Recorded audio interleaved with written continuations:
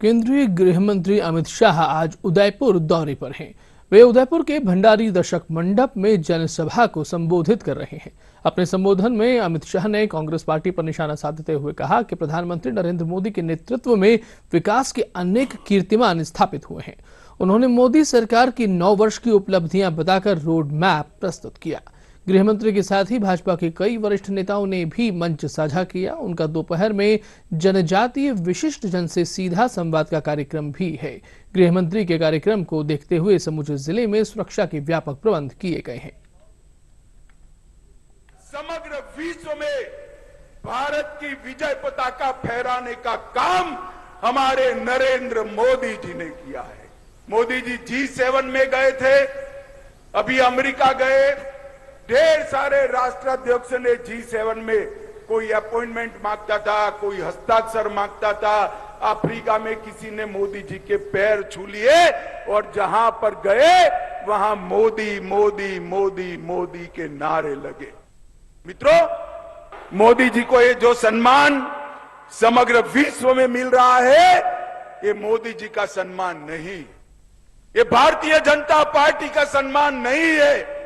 ये मेरे मेवाड़ के भाइयों बहनों के, राजस्थान के भाइयों बहनों का और देश की 130 करोड़ की जनता का सम्मान है। मित्रों, जनता का सम्मान है। मोदी जी ने भारत के गौरव को आसमान तक ऊंचा उठाया है।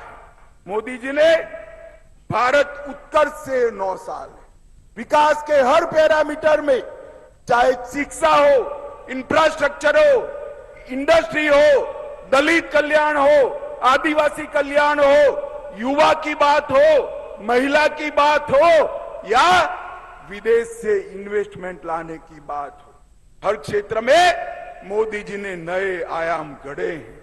और मोदी जी के नेतृत्व में राजस्थान में भी ढेर सारा विकास हुआ है।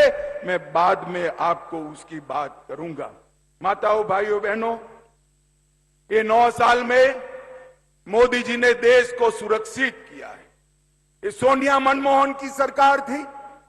आए दिन पाकिस्तान से आलिया, मालिया, जमालिया घुस जाते थे और हमारे यहां बम धमाके करते थे। 2014 में आपने 25 में से 25 सीट दी, 19 में भी 25 में से 25 सीट दी। मोदी जी को प्रधानमंत्री बनाया और उरी और पुलवामा में गलती कर दी, पाकिस्तान ने गलती कर दी। परंतु इस बार मौनी बाबा मनमोहन जी प्रधानमंत्री नहीं थे, नरेंद्र मोदी प्रधानमंत्री थे। इस बार कांग्रेस की सरकार नहीं थी, भारतीय जनता पार्टी की सरकार थी। 10 ही दिन में पाकिस्तान के घर में घुसकर सर्जिकल स्ट्राइक और एयर स्ट्राइक कर आतंकवादियों का खात्मा बुलाने का काम नरेंद्र मोदी सरकार ने किया। माताओं, भाइयों, बहनों, ये मेवाड़ वालों, मुझे बताओ, ये कश्मीर अपना है या नहीं है? सुनाई नहीं पड़ता है, जोर से बोलो, कश्मीर अपना है या नहीं है? धारा 370 हटानी चाहिए या नहीं हटानी चाहिए? ये कांग्रेस, सपा, ममता, स्टालिन जी, जदयू सारे इकट्ठा होकर काऊ काऊ काऊ काऊ काऊ काऊ करते। 19 में फिर से आपने 25 में से 25 सीटें दी, मोदी जी को प्रधानमंत्री बनाया। मोदी जी ने एक ही झटके में धारा 370 को 5 अगस्त 2019 को समाप्त। और ये राहुल बाबा कहते थे कि धारा 370 मत हटाओ वरना खून की नदियां बह जाएगी। अरे राहुल बाबा, किस जमाने की बात करते हो? खून की नदियां छोड़ो, किसी की कंकर चलाने की हिम्मत नहीं हुई है, कंकर चलाने की। ये 9 साल में मोदी जी ने देश को सुरक्षित करने का काम किया है। 9 साल में मोदी जी ने देश को विकसित करने का काम किया है।